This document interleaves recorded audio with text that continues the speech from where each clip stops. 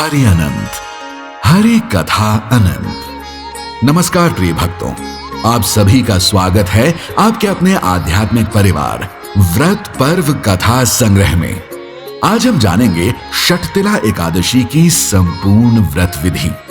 ऐसी विधि जो केवल नियमों का समूह नहीं बल्कि आत्मा को प्रभु की ओर मोड़ने वाली एक कोमल पवित्र यात्रा है। मित्रों, इस दिव्य यात्रा का प्रारंभ होता है ब्रह्म मुहूर्त में, सूर्य निकलने से पहले, जब आकाश मौन होता है और सृष्टि ध्यान में लीन रहती है।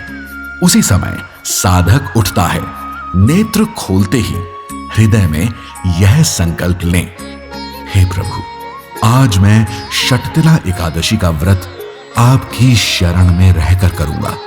यह संकल्प केवल एक वाक्य नहीं, अंतरात्मा का संकल्प होता है। फिर आता है स्नान का समय। स्नान के जल में काले तिल मिलाए जाते हैं। तिल को स्पर्श करते ही साधक अनुभव करता है कि उसके पूर्व कर्मों का भार धीरे धीरे जल में घुल रहा है। शरीर पर हल्का सा तिल का लेप लगाया जाता है। यह देह की नहीं, अहंकार की मलिनता को धोने की क्रिया है। स्वच्छ वस्त्र धारण कर पूजा स्थल पर बैठिए। दीप प्रज्वलित करें, धूप की सुगंध से वातावरण को पवित्र करें, पुष्प अर्पित करें, तुलसी दल प्रभु के चरणों में रखें और जब तिल अर्पित करें तो यह भाव रखें, हे नारायण, जैसे ये तिल छोटे होकर भी दिव्य फल देते हैं, वैसे ही मेरे छोटे कर्म भी आपकी कृपा से पवित्र बन जाएं। फिर धीमे स्वर में ओम नमो भगवते वासुदेवाय का जाप प्रारंभ करें। यदि संभव हो तो एक छोटा सा हवन करें।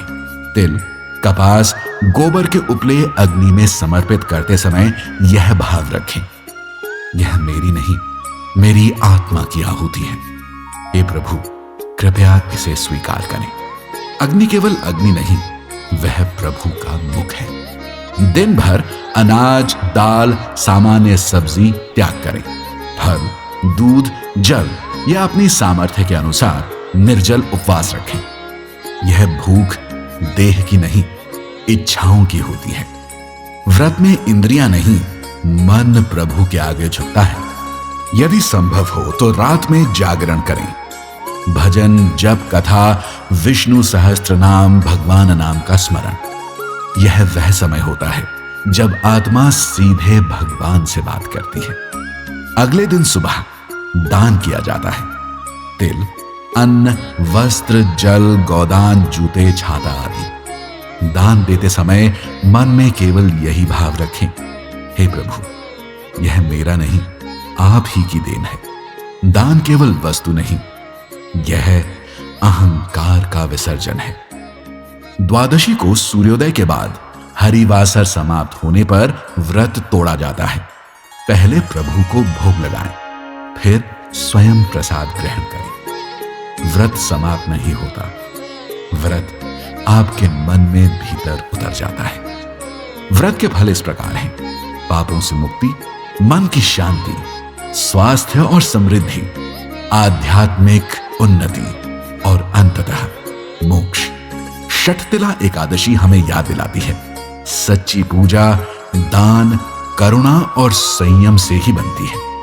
यदि यह ज्ञान आपको उपयोगी लगा हो तो इसे अपने परिवार और मित्रों के साथ साझा करें और ऐसे ही सनातन ज्ञान के लिए हमारे चैनल व्रत पर्व कथा संग्रह को सब्सक्राइब अवश्य करें। जय श्री हरि, हरि अनंत, हरि कथा अनंत।